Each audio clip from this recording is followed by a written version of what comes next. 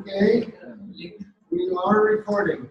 Today is Friday, February 8th. This is the Chennai Storytelling Festival 2019. It's about a little after 1:30 Chennai time. And this is the session on using storytelling for teaching and learning English. You know, in academia and in education, we used to just talk about methods of teaching. But in recent years, people are using the phrase methods of teaching and learning, because what we're really after is stimulating and empowering and enabling the student to use her own abilities to learn. People love to learn if they're given the right situation, and there are various theories, including by Noam Chomsky, that we have systems ready to go in our brain that just need a little information and a little stimulation, and especially regarding language grammar. And it's built into us, but we need a little stimulation on it. So, so this session is about how we can use story and storytelling to give that help so that learners can learn. We're as teachers, we're more facilitators and stimulators than actually teaching anything.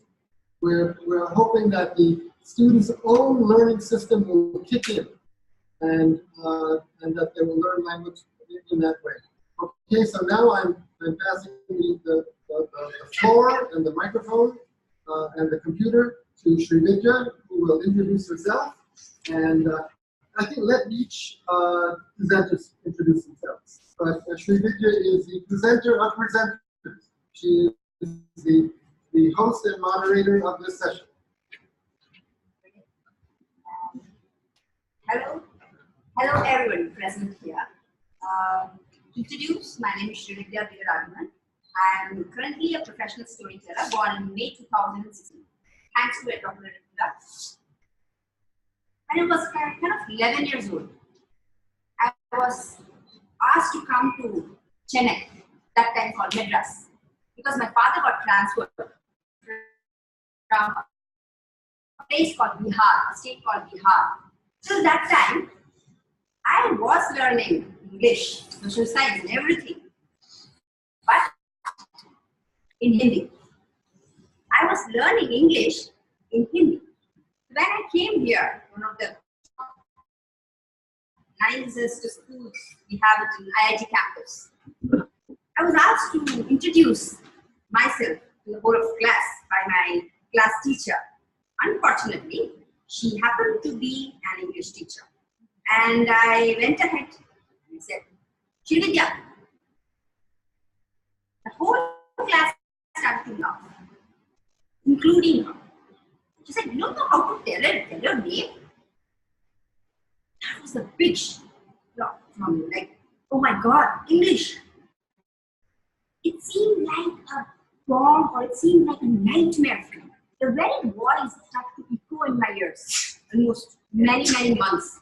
She was really very, very strict. She used to always pinpoint me at every class because I was the weakest in English. Hardly I used to pass my exams. So I had a nightmare of how do I learn this alien foreign language, and my thought was all in Hindi. So my mother tongue is in Tamil, but my thinking was all in Hindi. And by the age of 11, 12 years, imagine, I didn't know how to tell what is my name. I come from this place, so whatever. Where nowadays children are so well given practice to be telling that. Even in their tiny toddlers, when they enter the preschool, they're asked to be introducing themselves. That was my state. Somehow, today, 2019, I stand before you all as a professional storyteller, going around the city and beyond, taking storytelling classes, and the teachers asking me, would you like to join us as an English teacher? I credit that to the power of storytelling and nothing like that. Because I had this strong memory of reading books. From there I learned and very few teachers who had narrated stories to me during the class hours, and not the English teacher. It was actually social science teacher. It was a history teacher who used to narrate the stories, and I used to just start imagining. So that's it to start today's session, and I hope this will be as productive session as for me and as for you. So it's going to be a great learning session for every one of us, because you've got many ideas to get shared on the stage here. To proceed, I want to ask the audience available here and here, how many of you are into teaching profession? You can raise your hand. Okay, so 4, 5, 6, 7. So almost half of the crowd here is into teaching profession. So can we understand, even from the general audience, what do you think are the major challenges of a teacher?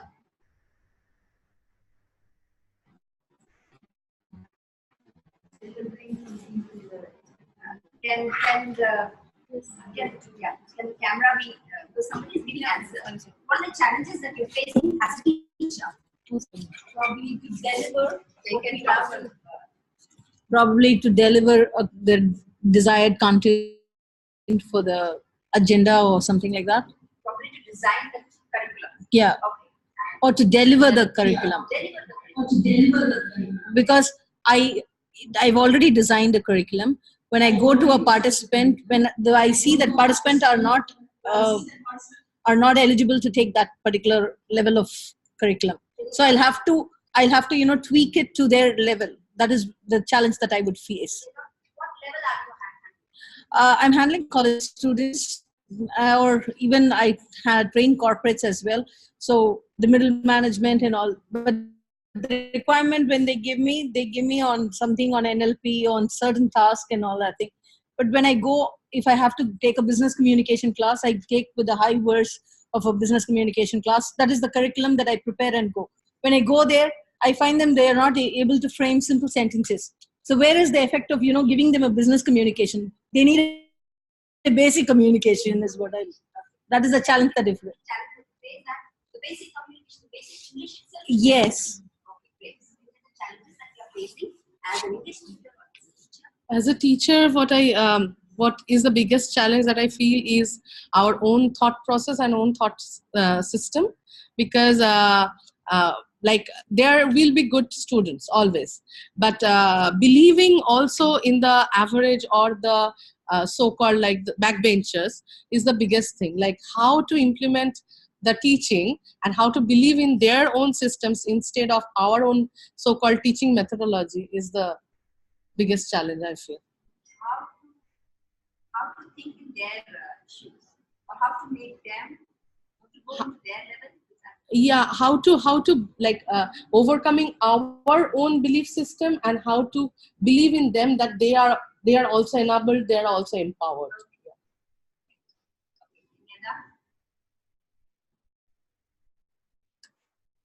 Anybody generally, has anybody faced a challenge like you're taking a class, you're taking, they don't have too good in your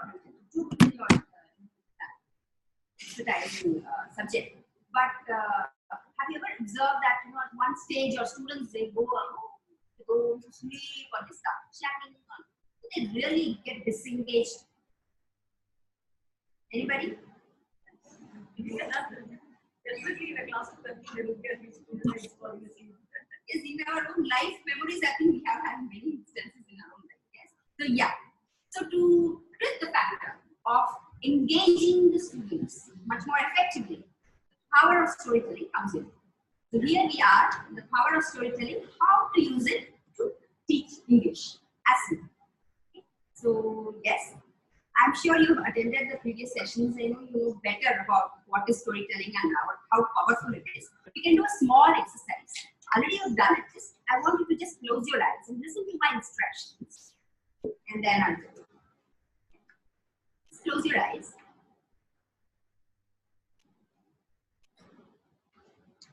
You're walking through a very deep forest. Find oak trees. The leaves falling down. are very dry and narrow. You walk over land and you see your feet. You're not wearing any chappal or shoes. So you are walking just above an oak tree, a branch. You find beautiful bird.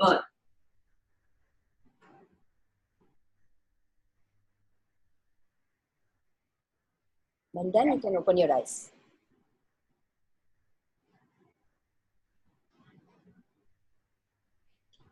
Just listen to the narration. Overall, how was it feel? Literally going, yeah. Okay, yes. We were like traveling. You're actually traveling through it. Okay. How many of you were able to see it? Whatever I was telling, were able to see it as a picture, a visual. Yeah. Okay. Okay.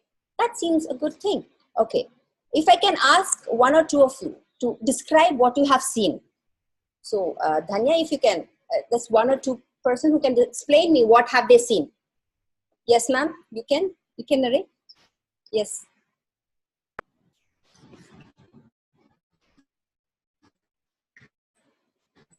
You can introduce yourself and then please. My name is Shashikala. I'm a teacher, basically a theatre person. So I started imagining, but that's where I lost track also, because I was traveling into the deep forest where I lost out what you were giving. So and then again, okay, fine, let's not get into that. Let's just follow her instructions. And then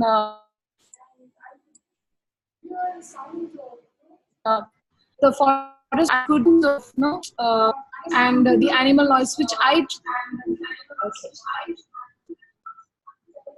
was thinking about. And then finally I came into the bird. So I started imagining the bird, which was very colorful and huge in size, which maybe we would have never seen that. So that was my visual imagination and maybe my creativity through your words. Anybody else would like to share? Mine, it was like Please introduce yourself. Okay. I think nobody's around, so It's I can getting just recorded. speak also. It's getting Okay, recorded. so it's recorded. Okay. So I imagined a forest which is like very bright, and the trees are really long and lots of sunshine, and you're walking. It's very happy place, very happy destination. The journey was great.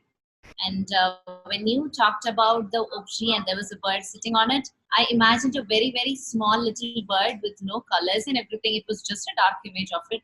And I was just seeing, and then you said stop. So that's my image of I traveled in a bright, sunny, deep, dense forest. This, of course, as part of storytelling, learning happens. This process is called visualization. And as storytellers, it is our responsibility that we have to transport our audience into whatever we are narrating. Okay, if you are successful in that, meaning your battle is half won. Okay, so as teachers, what is this relevance of what exercise we have done? What do you think is the relevance? Why do you think I did this activity? For a teacher, for an English teacher.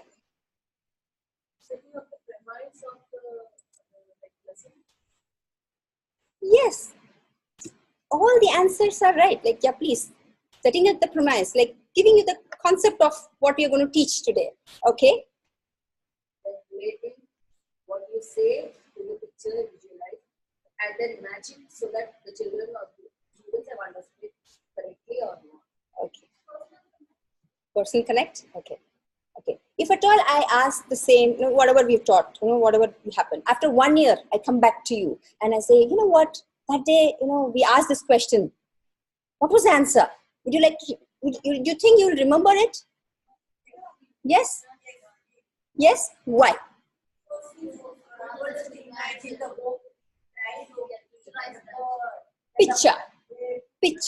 Picture, right? True. Yes, that's because we as learners, what happens is that as scientifically being proven, that we are actually not reading letters. We are actually seeing it as images. We are storing it as images. That's why when say, as a storyteller, it's very easy for me to narrate and then, but as a teacher, and that to talk about your own curriculum and lesson plan, you have to be really focused. At the same time, if you can share a small portion of your class hours for this kind of activity related to the topic that you are trying to cover, that encourages, that opens up the brain, the minds of your children, minds of your students, and their creativity, their imagination, their visual power increases as it is fresh, becomes much more fresh. Anything you pour in, it gets stored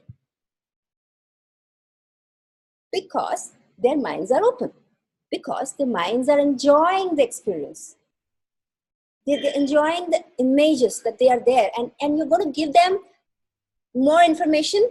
Factual information our brain is not willing to accept. Hope you know that. We are not willing to accept numbers, and it gets boring at the end of the day. But if it is of interesting experiences, memories, emotions, it is always stored in our brain, and no need to by heart it when during the examination time. So that's what the thing is. Okay, not to waste much more time, I'll go on for assuming that you're going to be very, very participating audience. I will go ahead with one small activity which we can do to teach the children. I'll do small 2 activities which we can do to encourage children to bring out the sentences. This, what I'm going to do is actually it's actually suitable for younger children. But when you are going to apply it, if at all you want to, you can accordingly change it and use it. I can use a stage. No. Okay, I'll do it here itself. Just watch me and just you have to tell me what I'm doing. It's a very, very popular story. Okay.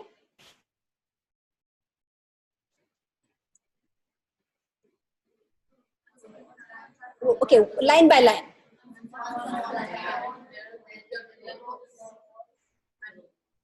There lived there.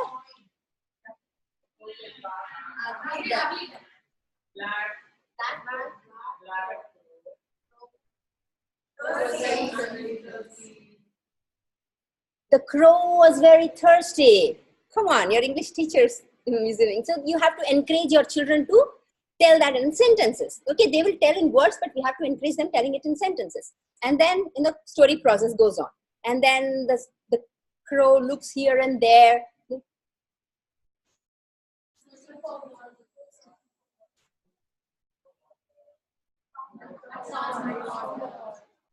I didn't show the pot.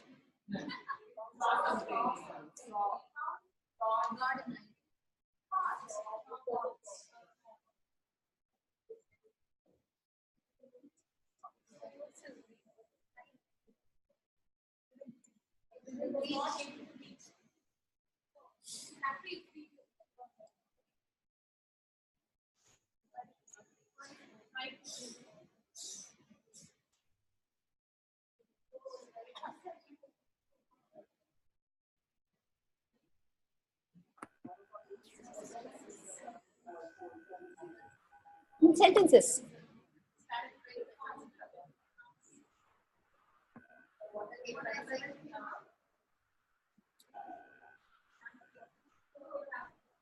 Okay, so it's simple thing. You can utilize your own way of stories and you can utilize. And there's another activity that I have is to encourage the children to not just imagine, but also to participate and to engage and to learn words. For now, I have got a very, very simple story. But whenever you are going to do it, even for the college students, because college students, they enjoy a lot of interactive games. It's like a game. It's like just have fun. And where there is fun, there is learning. Okay, so can I use? No, you cannot use. That's what I say. Oh my God. Okay. Okay. What I can do is I'm going to distribute this. Dhanya can just show whoever is getting it. I was supposed to be bringing the volunteers upstage, imagining that you are young children or you're your students. That you can do. Okay, then. Okay, so I need 7 volunteers from this group. So we have been sitting after lunch. So let's do some stretching and having some fun. Yeah. Oh, okay. 7 volunteers. Oh, okay. Please, you don't have to raise. I somehow feel I'm in a classroom as like Ma'am, can I just stand in a line? And I'm going to be handing over. I hope you would not mind, because it's going to be a kind of a childish activity, but it can be used for younger children. Until grade 6, it can be easily utilized. Okay. So this has worked out very, very well. So I'm going to hand over. Just going to show you everybody. There's bad lighting though. You are supposed to pretend that you didn't see it. Even if you've seen it. So now I'll be narrating as a teacher. I have asked students to come, and they're all very excited. Yeah, what ma'am is now trying to teach us something. Okay. So I'm going to be narrating the story like this. Once upon a time, the sun was shining bright. And there was a forest. In the forest, there was a pig. You can show your. It was a pig. And the pig, just in the middle of the forest, there was a beautiful, deep, lovely pond. There was a pond. Okay. The pig goes near the pond. This is a pond. Goes near the pond. Looks himself into the pond and says, "Wow, what a lovely, beautiful pig is it?"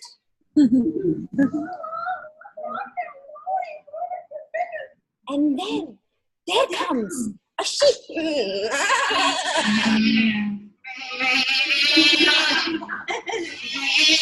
And then ask, "What pig? What are you watching? Hey, look down. There is a beautiful, lovely pig out there." And the sheep looks down to the pond and says, What a beautiful pig! yeah, and says, "What a gorgeous sheep is it? Wow, what a gorgeous sheep!" Huh? And then there comes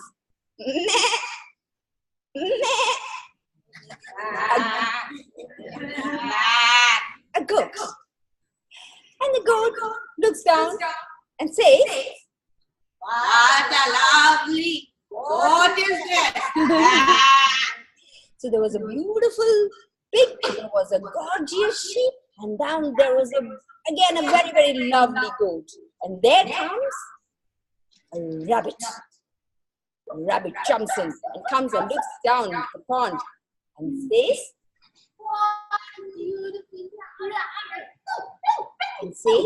"Wow, what a brilliant looking."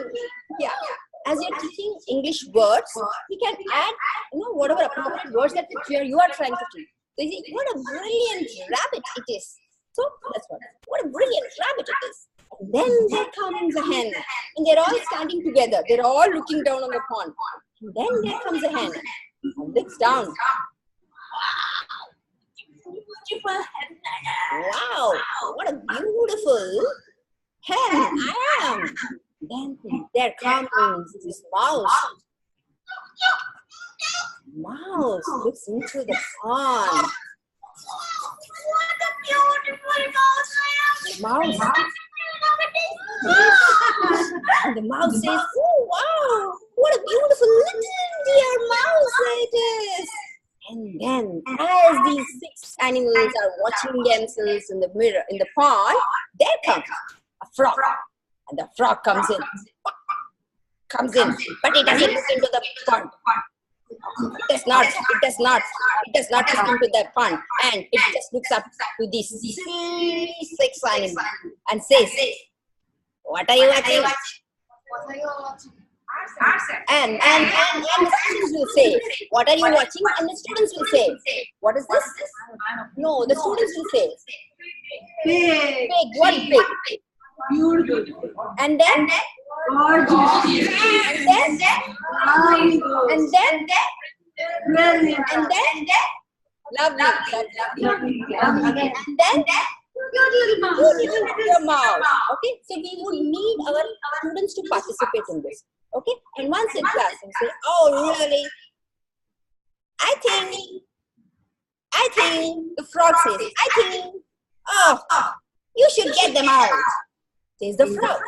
And all these city animals get excited and they say, yeah, we need to bring them out. And she says, but you know how? How? You should jump inside the pond, says the frog. And so does these six animals jump into the place, splash. But they come out. Did you find anything? No. They didn't find anything. So the frog says, these animals say, no, we don't find anything. And the frog says, yes, you did. What? Yes, you did find a silly, beautiful thing. A silly, a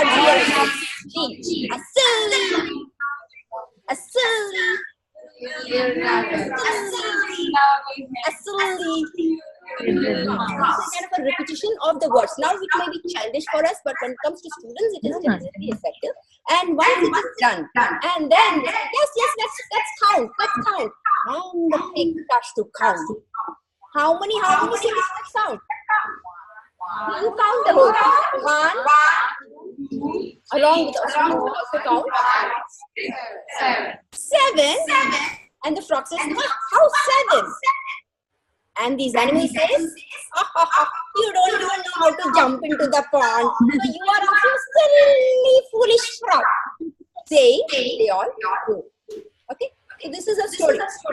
Yeah, this is a story to utilize words, to teach words in a much more engaging manner. You can do it in various forms. So just simple ideas to start. Like this, now I hand over my stage to Sheetal, because now we are going in detail into the technicalities of teaching English. Okay, Sheetal is already a teacher, and she's also a storyteller, and she has been running her organization into teaching. So I'm sure it's the right thing that she takes over. Thank you so much. Yes.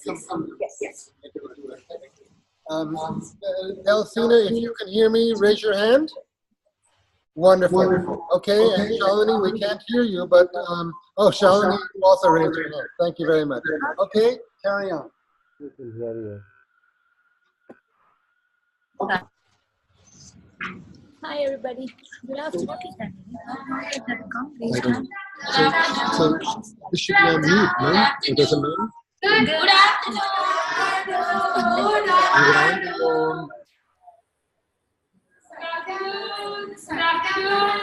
There's a movie just now recently I saw.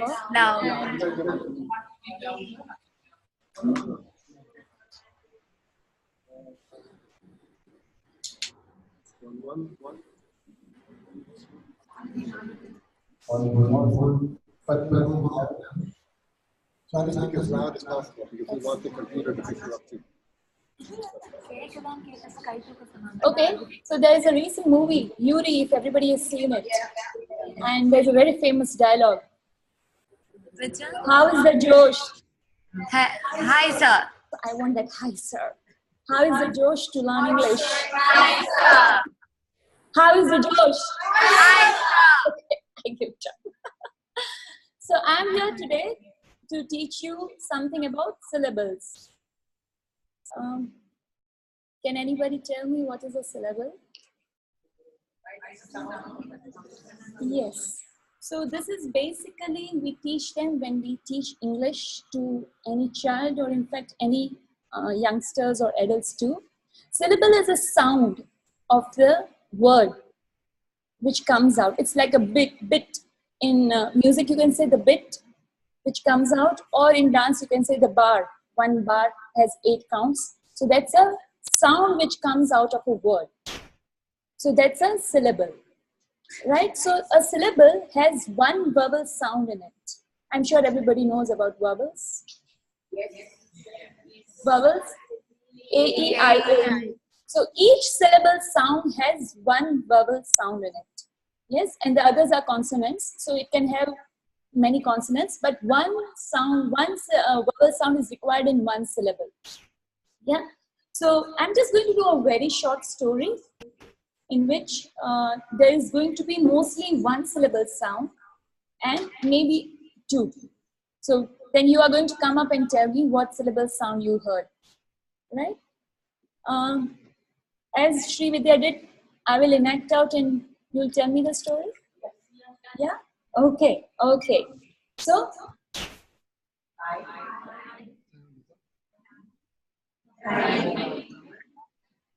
I have a red car. Yes, he's wearing a red t-shirt. So, I have a red car. Just notice the syllables what we are using, the sounds which are coming from the sentence. Yeah? Okay.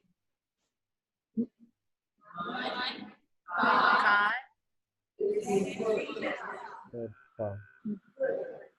Okay, can we make one syllable word in that? Fast. No. Car. Fast is one syllable word. Nice has two syllables. Good? Yes. Or my car is a star. Yes, my car is a star. So I have a red car. My car is a star. Hop on, Mike. Hop on, Carl. Mike hops, Carl hops. Right? I start the car.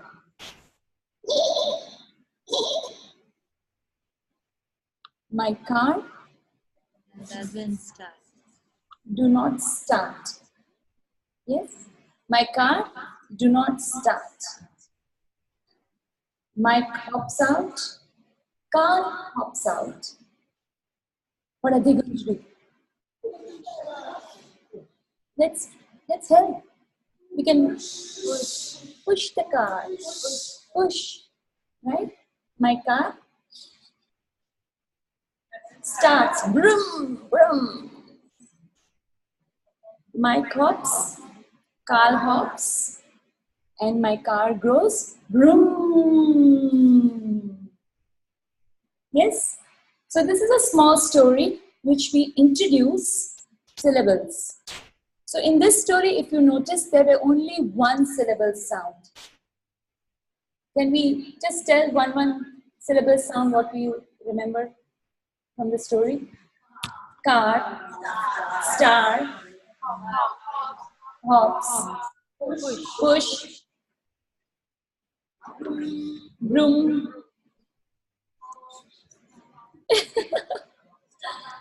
Star, yeah, it's red. Yes. Okay. So these were all one syllable words which we have used to tell a story. And this is how we teach them syllables. Okay. So now we are going to play a game. It's a clapping game. And I'm going to tell you the word and you tell me the number of syllables. See, this is basically used to teach them spellings, because when you split a syllable, the spelling is formed. So when you are doing teaching any educationalist or any child spellings, this is very important. So when you are teaching this, syllables is the first thing which comes, because when you split the word into syllables, that's when the big spelling is formed, and that's when they do spell it correctly. Okay, so shall we start a game? Yes, it's going to be a clapping game. So for one syllable, you give one clap. And if you have two clap. And so on. Yeah? That's okay. Okay, so the first word is elephant.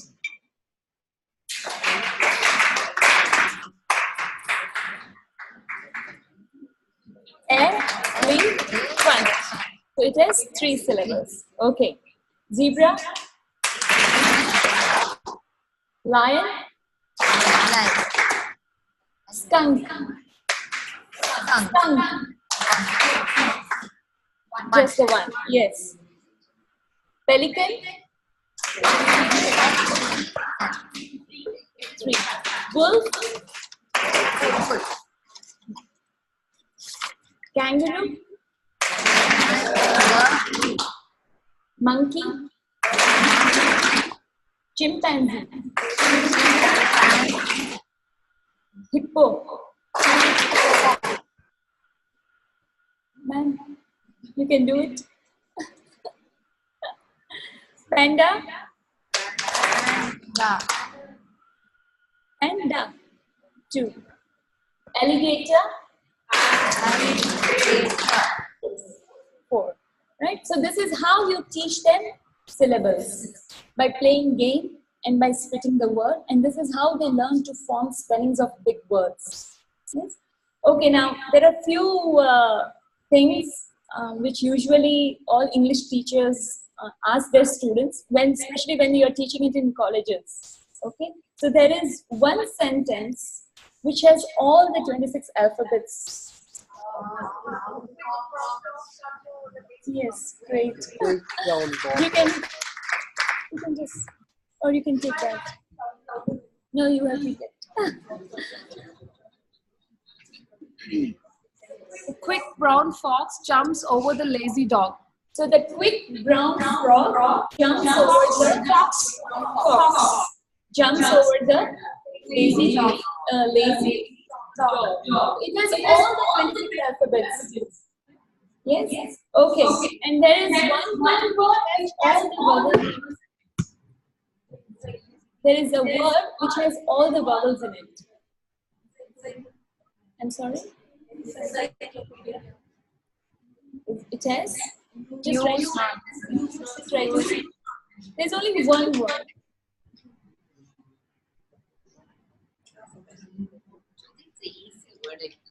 I'm sorry. It's just as the vowels. Nothing else is there. Okay, is it possible to make a word without a vowel? Yes. Okay, okay. So you can tell me fly, okay. Cry. Little bigger, can we go?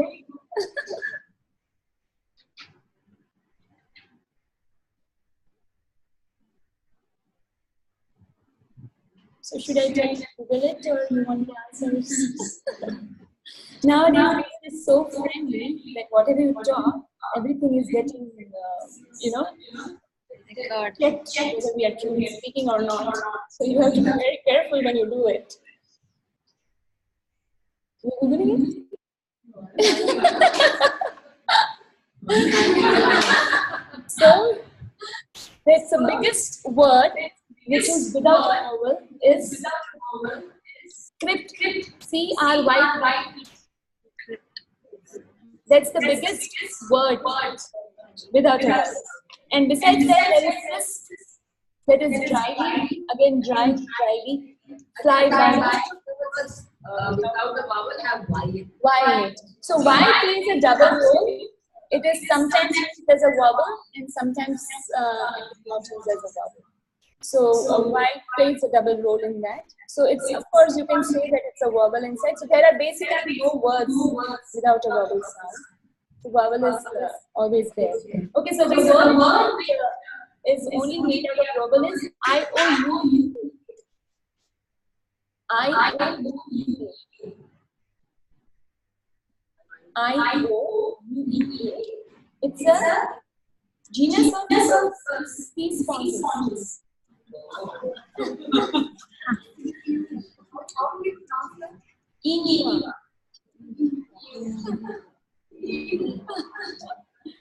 Okay. And who know the longest word in the dictionary?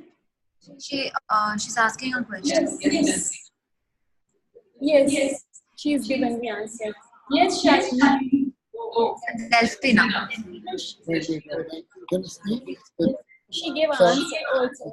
Shalini, No, Delphina. Delphina. Delphina, did you know this word? Yes, it's the type of machine account. That was it. 1 second. Speaker. Just a second. Okay, go ahead. Yes, I think I got it. I just wanted to confirm if I spelled it right. Just one second. 1 second, Delphina. 1 second. Okay, your mic is off. Go ahead, Delphina. No, the word that you were talking about, I just wanted to confirm if I got the spelling right. I-O-U. Okay, that's the correct word. Thank you. Okay, good. Thanks. Thank you. Okay, so the longest word In the dictionary. In the dictionary. It has 31 letters. Keep yours on mute. Keep it on mute.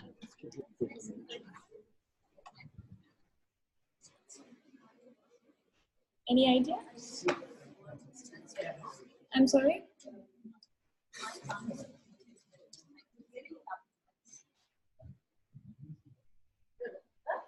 Supercalifragilisticexpialidocious. I didn't get it.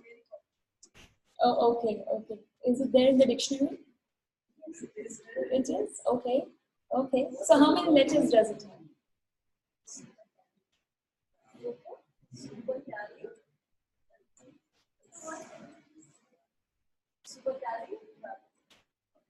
No, the dictionary doesn't show that word. The dictionary shows this dichloride, diphenyl, trichloroethane. The chemical name for DDT. It's a full form of DDT, chemical DDT. Which one? The one which they are telling? It's a name of chemical DDT. Yes. I guess there's still more one because that is a composite now. Okay. So basically, that dichloride Yes. is a mixture of multiple chemicals. So Yeah, but that is a one word. It's a one word. They exist individually. That's a composite now. So Okay. That's not considered as a word. No, that's what Google says. I don't think So I go with Google. But that's a great, we can learn one more word. Okay. Okay, so this is how we can teach syllables to children. And there is one small story which I would like to share, which we teach, how we teach the phonic sounds to children. That's also through stories. In fact, I also take math classes, teaching maths through storytelling. And again, phonics through storytelling. So I use storytelling in all the concepts. In fact, I even have done movements, that is dance, using storytelling. And I do this for birthdays and all. So this is a very small story. And we do it with action. So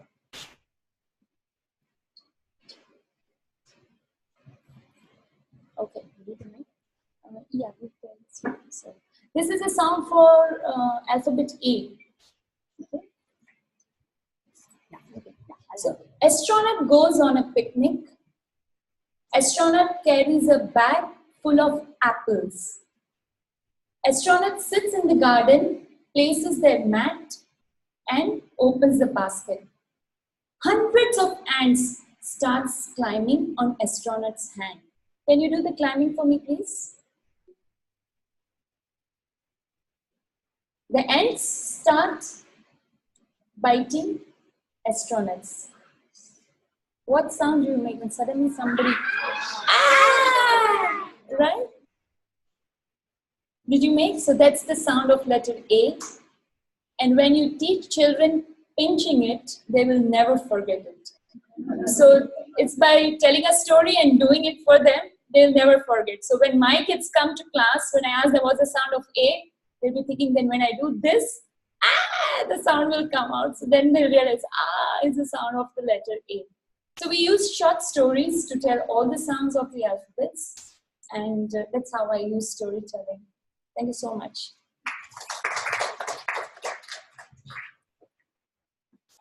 So we just now witnessed how to use stories for teaching English syllables. Now, especially for the younger children again, it's not just the verbal words which helps, but you need to use some creative other formats. What if you don't have any puppets in your hands? How can you do it spontaneously? Now we have Bhanumati, she is an expert in that. She works with younger children a lot. So she will take you through how to teach English through creative use of props available. Thank you, Srividya, for introducing me. Yes, we are back. And let us do some storytelling. Let us, I said. Drop your things onto the next chair or down. And I request you to sit straight. And I request you to do what I do and say what I say. This is Uncle Wiggle. This is Uncle Waggle. This is their house. And they go in, close the door, and sleep. Get back. One day, Uncle Wiggle wanted to visit Uncle Waggle. So he opened the door, pop. Went outside, pop. Closed the door, pop. And went up the hill, down the hill, up the hill, down the hill, up the hill, down the hill, and reached Uncle Waggle's house. He knocked at the door. Knock, knock, knock. Knock, knock, knock. Uh-oh. There was no answer at the door. He knocked again. Knock, knock, knock, knock, knock, knock, knock, knock. Uh-oh. Uncle Waggle did not open the door. So Uncle Wiggle decided to go back. He went up the hill, down the hill, up the hill, down the hill, up the hill, down the hill, and reached his house. And he opened the door, pop. Went inside, pop. Closed the door, pop. And slept. Another day, Uncle Waggle wanted to visit his friend, Uncle Wiggle.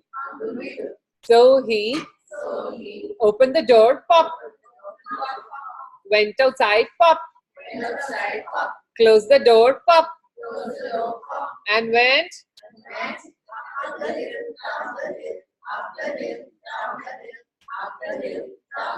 and he reached his house. There he no. Yes, there was a calling bell right out there. And do you all remember your calling bell sound? Your house? Yeah? 1, 2, 3. We all are going to do that sound or the song. 1, 2, 3. Ring the bell. Ding dong, ding dong, ding dong, ding. Uh-oh. No answer. So, yes, once again. 1, 2, 3, go. Ding dong, ding dong, ding dong, ding dong, ding dong, ding dong. Uh-oh. No answer. So he went back. Up the hill, down the hill, up the hill, down the hill, up the hill, down the hill. And he reached his house. There he opened the door, pop. Went inside, pop. Closed the door, pop. And another day. What happened? Another day. Both Uncle Wiggle and Uncle Waggle wanted to visit each other. So they decided to open the door. And they went.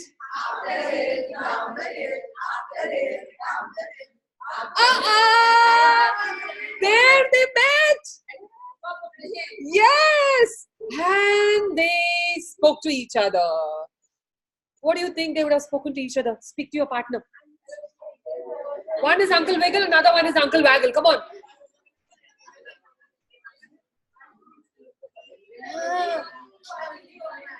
Okay. Time up. Why didn't you open the door? Even I came. Why didn't you open the door? I was sleeping and I too was sleeping. Did you hear me? Okay. All that is done and it's time for them to go home. And they went down the hill. Smart children. Good. When I tell, even to the adults, they say down the hill. You know, they forget that they was on top of the hill. Okay, continue the story. Down the hill, up And they reach there and they open their doors.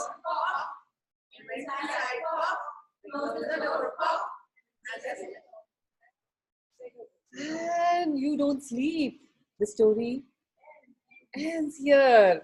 And this finger play, good, thanks to the story.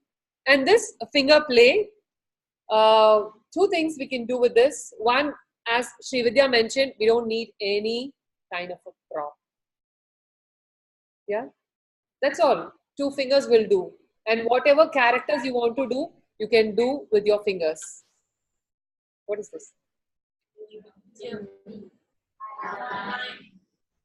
Fish. Snake. Octopus, jellyfish, crocodile. You can do this or this. Using your hands, your body, you can create your own puppets. This is one. Another thing which I wanted, why I told this particular story is, when you want to teach your children opposites, yes. Certain sentences, yes. The main thing, conversation. When they met on top of the hill, what would they talk? Hello. How are you? I'm fine, thank you. How are you? I was there at your House. So how you initiate a conversation? The main thing is greeting. So this story I learned from Regina Ress, a storyteller, co-host in the year 2015, I guess, 15 or 16. She was here at the festival in 2017. And I learned this story from her. She teaches German students how to speak in English. She teaches the German students English. So this, she said, she uses to teach the conversation, the beginning of the conversation. So hope you got some idea about finger play and to initiate your children how to converse in English. Thank you so much.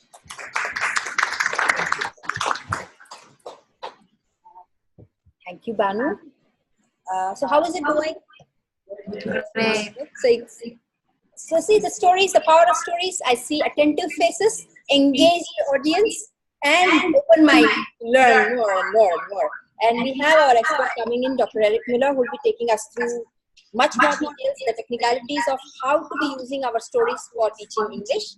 But quickly, let me also share 2 experiences. If you want to be covering your the grade 5 and above children, to teach them English, especially writing, at that stage you have to do a lot of creative writing exercises. Then just narrate a story.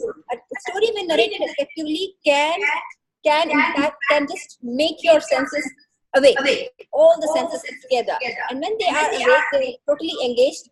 You can just keep the story up half uncompleted and ask them to fill the story.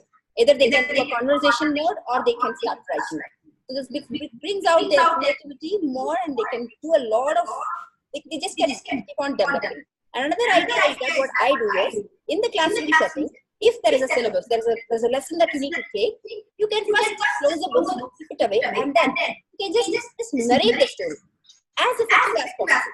And after the story is done, after all the children or the students are totally engrossed in that particular story, you can now today we are going to read that story. So once the child or the student starts reading the same story after listening to it, the retention power, the understanding power becomes much more effective.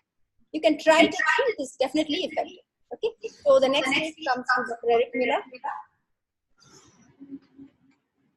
So regarding the finger play, of course there are traditional finger plays. We study it in folklore. Well, what's the one it ends the fox in the crowd, right? How does it end? Can somebody come here and teach it to everybody? Banu, come on, this is your topic. teacher Yeah. Make sure you all do. Okay. So we have this Tamil game called Paruppu Kadanjiya. Kummaya Kadanji. Soru, Paruppu, Rasam, Poriyal, Tairu, Nambotu. Present. Very good, Gorwai. Red t-shirt, Gorwai. Priyanka, Gorwai. Ambuja, Gorwai. Tanya, Gorwai. Illa saathe. Kalvi uthi. Clean and wash your vessels. Okay? Kalvi uthi. Kalvi uthi. Nandi varudhu,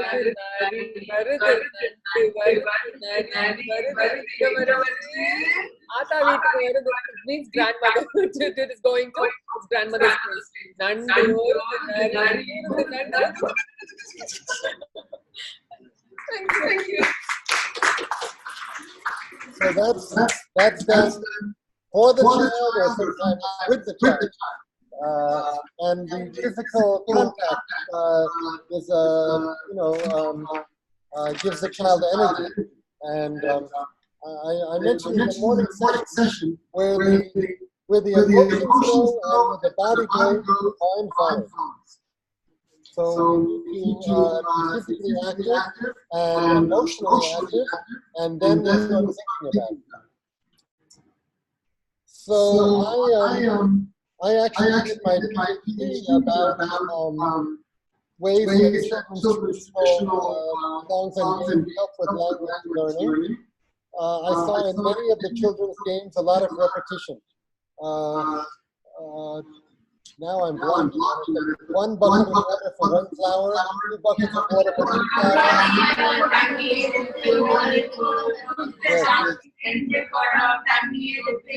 Correct. So this corresponds to a modern method, the substitution drill, where we'll change a word like this is how I've taught myself Tamil a little bit. Iniki Vituku Porain, then Naliki Povain, Nature Ponain. So you take the same sentence and you put it in future tense, past tense. Povingala, go to the house, Vituku Panga, go to the house. Or Vituku Poho, will go to the house. So you change the subject, pronoun, change the tense, and then you can build it up with more adjectives and adverbs. Zikaram, Vituku Panga. Or Meduva, Vituku Panga. And of course, Enna Vidu, it can be, then you add an adjective to the house. So, you see, giving a small sentence gives the learner a sense of control and mastery. Because every language is like an ocean. It's just too much. But if you can give one sentence that can be transformed in various ways, it gives a sense of security. Then another thing I observed in the children's games was many times they would physically do it as they would play it. What is it? Picking up, is that Erikave? So they will, that actually that's the repetition of a sentence, and picking up a stone and throwing a stone, and it also has physical activity. So everyone knows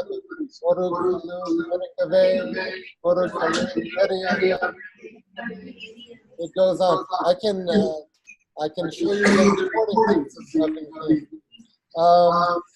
And then, of course, there were many questions and answers. For example, in Chennai, one of the popular ones is the biscuit. And whatever you say, then you have to say, Enna. What biscuit? Biscuit, biscuit, and a biscuit. Jam biscuit. The biscuit that goes with jam. And a jam. Tea jam. And a tea. Bun roti. And a bun. Rib bun. So it's going back and forth between English and Tamil. And a ribbon, pacha ribbon. And a pacha, ma pacha. And a ma, teacher ma. And a teacher ma.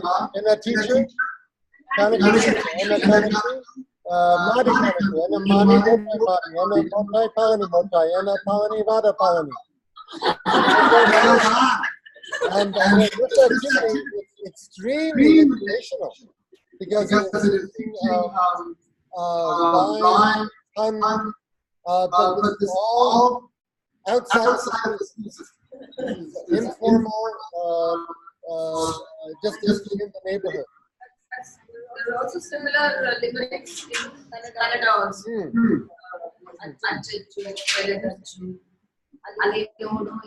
Look here, look there, those kind of words. People play it just for fun. And I remember in New York when I was a child, one game we used to play to annoy our parents was whatever you say, you would ask why. You know, eat your vegetables, why? So you can grow big and strong, why? So you can travel, why? So you can visit India, why? You can visit India, and just like you go into it, you keep asking them why. Okay. What is that? Ice cream soda, da. Tell me the name of the ice cream shop. 1, 2, 3, 4, 5, 6.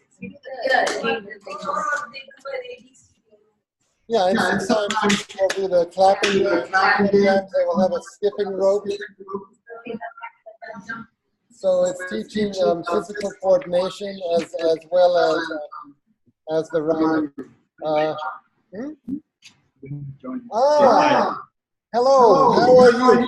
Can you hear my voice? Raise your hand. Can you hear my voice? Raise your hand. Can't hear my voice? Can't hear my voice. Can you hear me? Can you hear me? Well, what do I do? What do I do? Well, he's watching intently. Well, he's watching. Please continue. And then playing roles and roles. So these four elements I really saw, and I was so fascinated that there are modern similar methods. The substitution drill, the physical response, question and answer, and the characters. Now I'm going to show you some rhymes and puns, and this program allows us to share screen. I can do that. I can do this. And I can fill in the blank. Okay, and I believe it's I don't know. It's your Redmi. Your screen name is Redmi. Is that your name? Okay. Okay. Mr. Bala. Mr. Bala. Okay. But can he hear us? That's the question. He's watching us. Oh, okay. One activity you can do just for fun is give them 6 words that rhyme, and they have to match the word with the sentence. And you can also use body language. You are never going to fill in the word. You're never going to. Yes. He's going to clean with us. Yes. I'm going to jump. She'll buy something else. I'm going up to that. Let's try another one. The rhymes are skin. Okay. A fish has a. He smiled with us. He's looking very. He's my identical. The sun burned mine. If you go round and round you. Then yes. A race. It's a contest. Let's try one more. So no, first let's do the rhyming word. Buy, cry, sigh. Okay. The opposite of when there's something in an airplane you can, at the shop I can, responding very, okay. Cope, hope. I just could not. I still have. We wash with. You're tired with her. If you're sad, you might. And here you go. Lots and lots more. You can make up the sentence. You can ask the students to make up sentences too. I put this on a website. On your handout, it has a link to all these. Okay, now puns. What is a pun? It's a kind of double on. No, double on. One of them has to do with something we should talk about. No, pun is.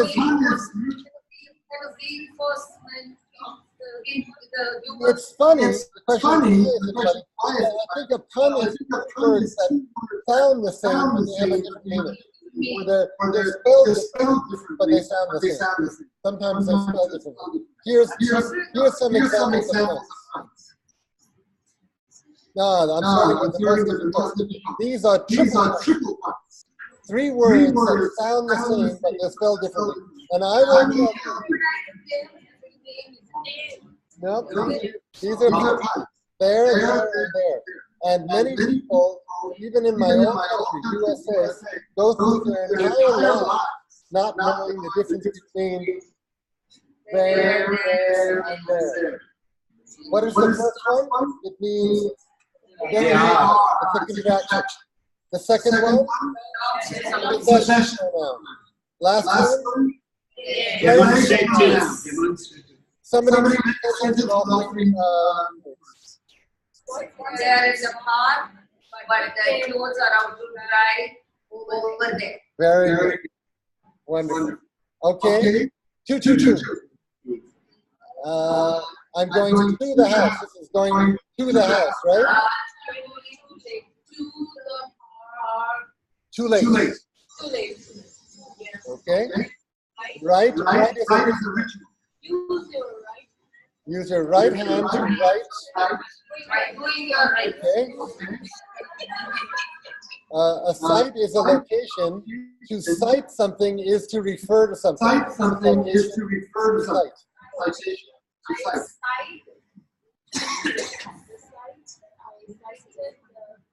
Okay.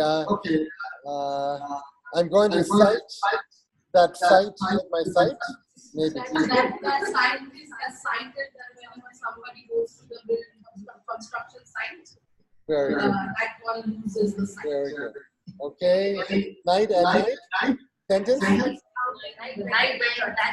Yeah, very good. And this is one I just think is very recent. This is a great one. Isn't that great? The nun had none to love. Oh. Okay. Here are 100 puns. This is a C's and C's. The C's were very rough. So I was not able to squeeze the bag.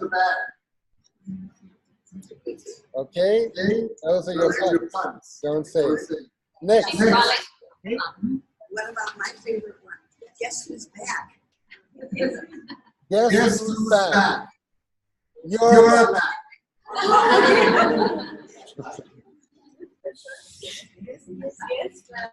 Okay, now contractions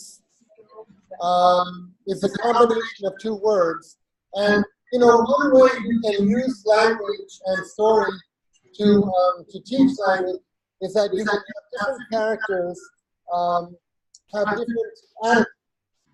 A very formal person probably would not use contractions. A dignified person would say, she is there. But a young person would say, she's there. The more informal people are, the more they use contractions. So in a story, you can have different characters who are more, formal, informal, and they'll use different types of language. I'm here. I'll say plane, and then somebody else will say the contraction. They have gone. He could have gone. He might have gone. It is late. I will go. Do not go. Do not want to go? Don't you want to go? Really sounds better. No, but the first one, it should be, do you not want to go? Yeah, correct. Do you not want to go? Don't you want to go? And if you don't you, I want to say don't you, right? Don't you. Don't you. That's a further contraction.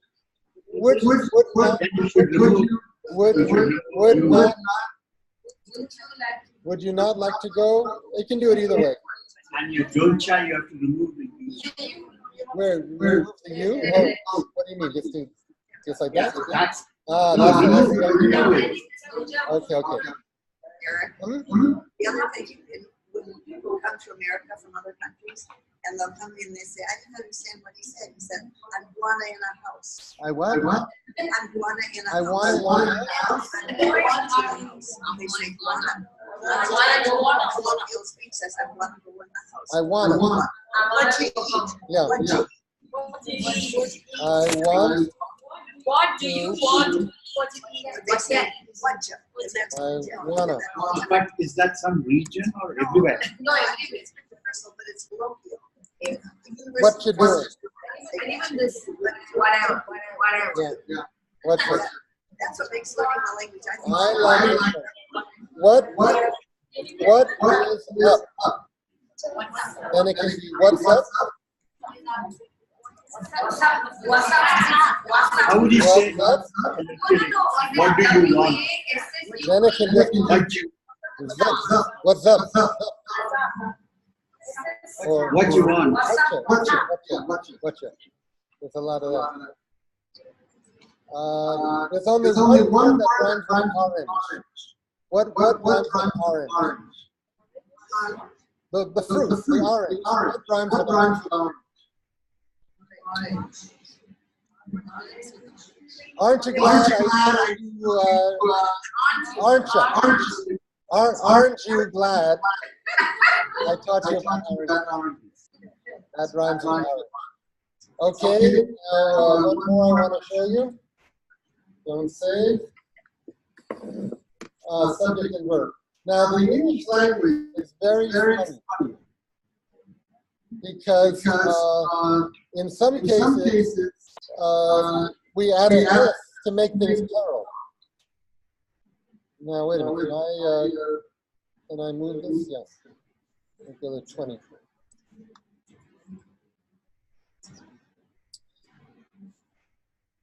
Boy is right. If you add an S, boys. But the verb to match the singular noun, the verb has to add an S.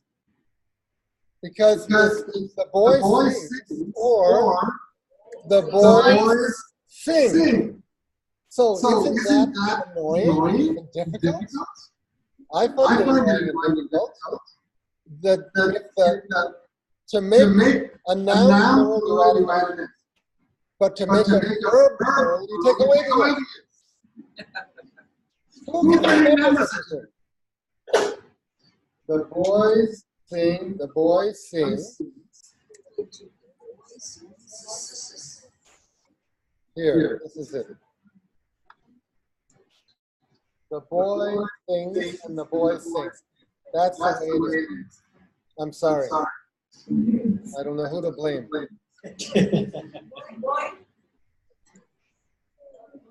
Okay, now I'm going to finish. Oh, tongue twisters. Yes. Where are they? Oh, you have it on your pencil. You have it on your hand up. but I'll put it on the screen if I can find it. It's on the handout.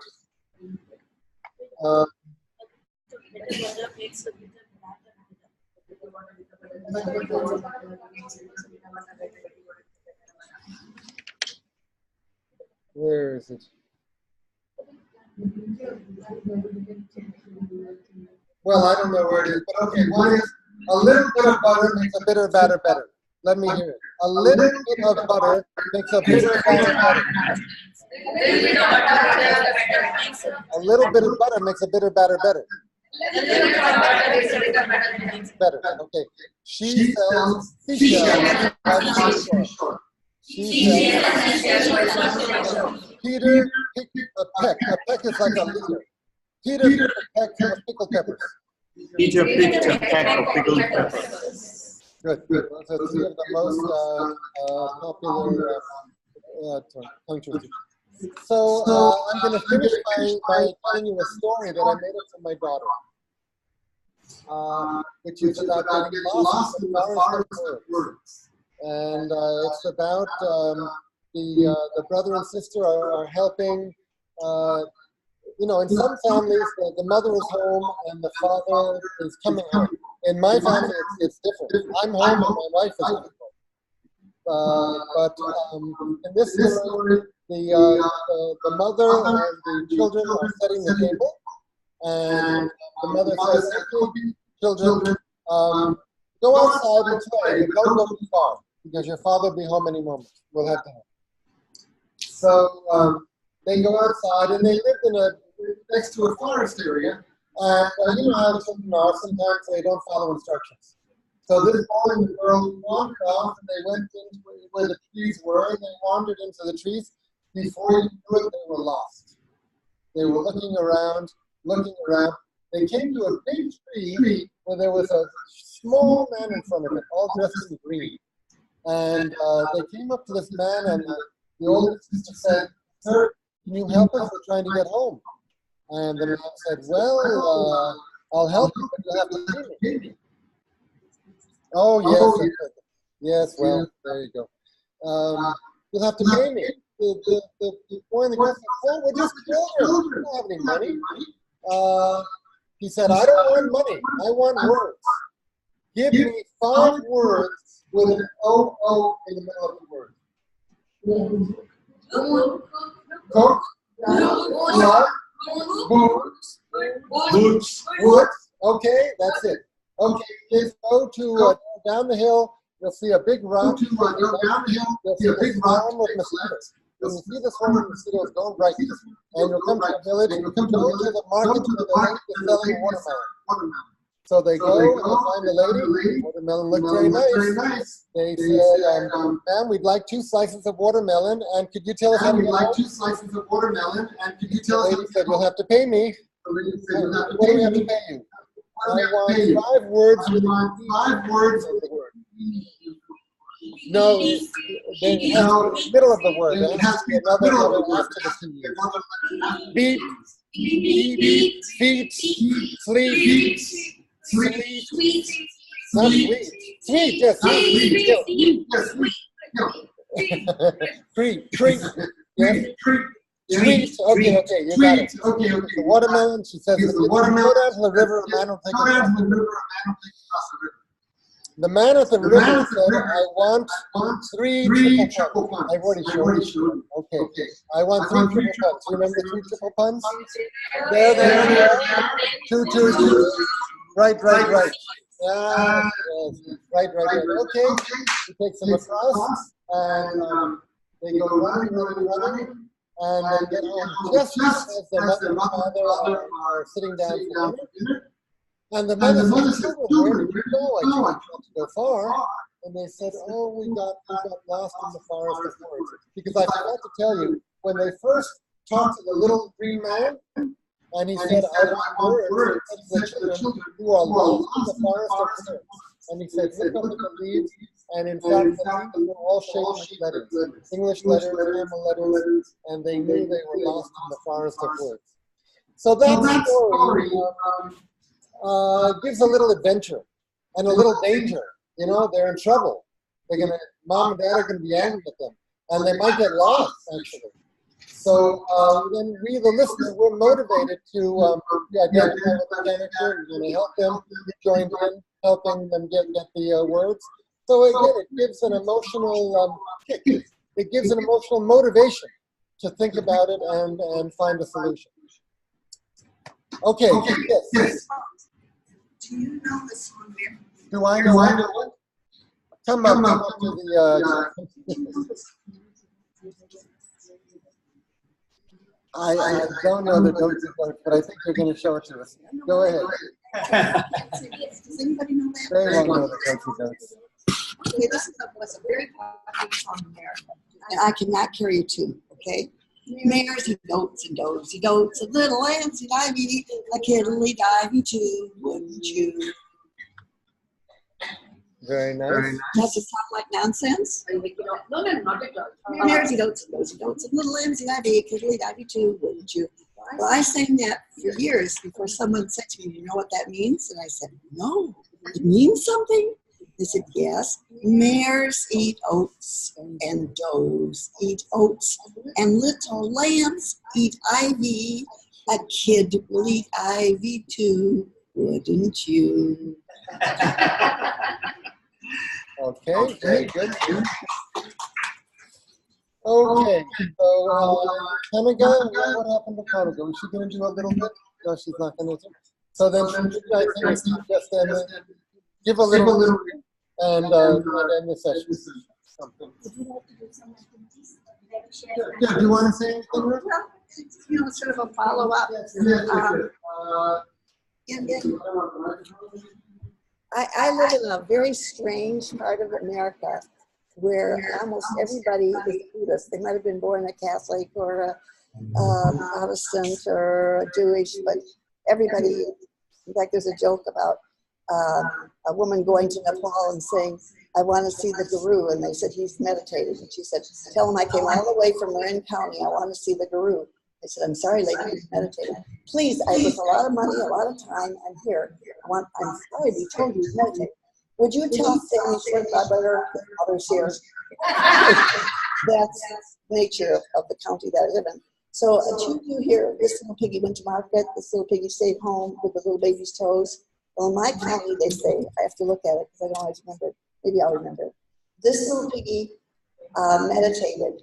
This little piggy had tofu. This little piggy went to yoga.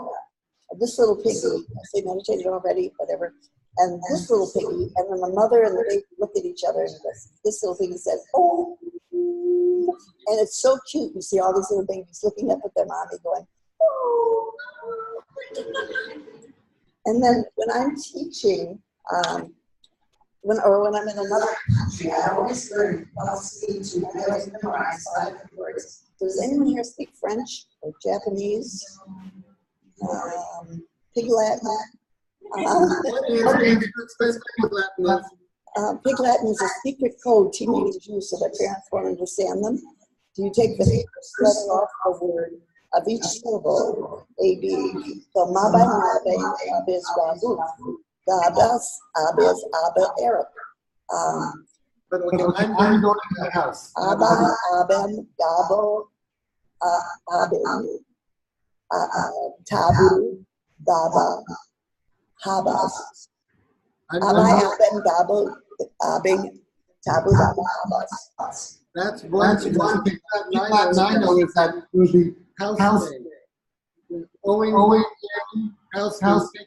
You take the first letter with house day. Oh, maybe that's New York version. Yeah, it's the same idea. The first letter you put at the end, then you add an A sound to it. Yeah. So going day, house day. You're right, Eric. We call that ob language and the other. So let me have your hand for a minute. So I'm going to do it in Japanese. Let me record. Doko, Koko, Mama,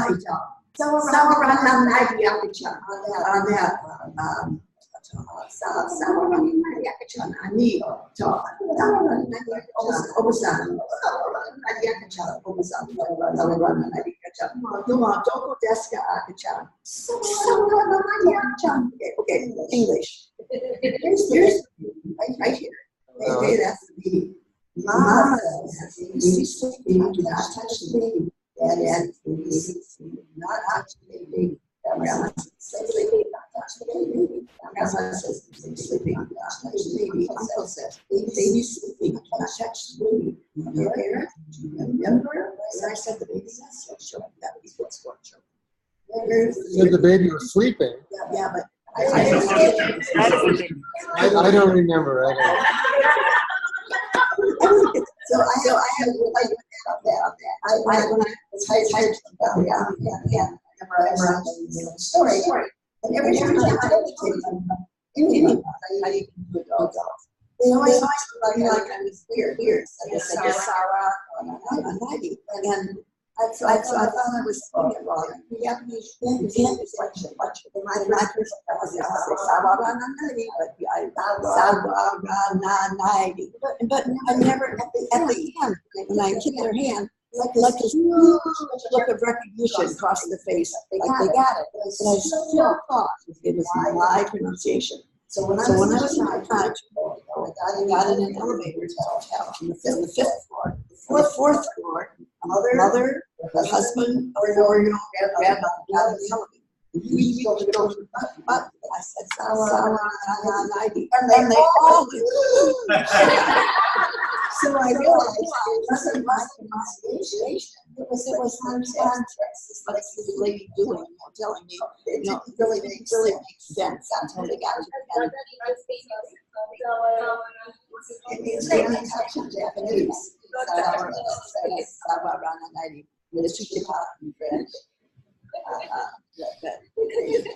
Wonderful. Thank you. Okay. You want to just go ahead. So I hope till now we have learned something out of whatever we have been talking. So we will do a kind of, we have time. So what we can do is that we can pair up and then we can think of all the ideas that was poured on your mind. And you can't make a story of your imaginative story or any story is popular that is known to everybody.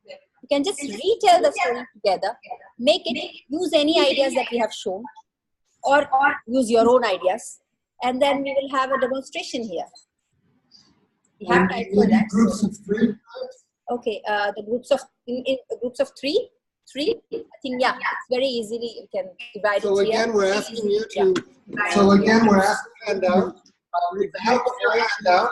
Review all of the methods that we've done today, and choose one or two, and come up with a little demonstration of it, or a little discussion of it. Is that okay? We give them 15 minutes time to prepare. About 10 minutes. 10 to prepare. Okay. So we have 1, 2, 3, 4. You can move the chairs a little bit if you like. Ma'am, you can join. Mubin, you can you can ask her to join you because I think let's turn off the recording and everything. Okay. Yes, we're going to end the recording for now, and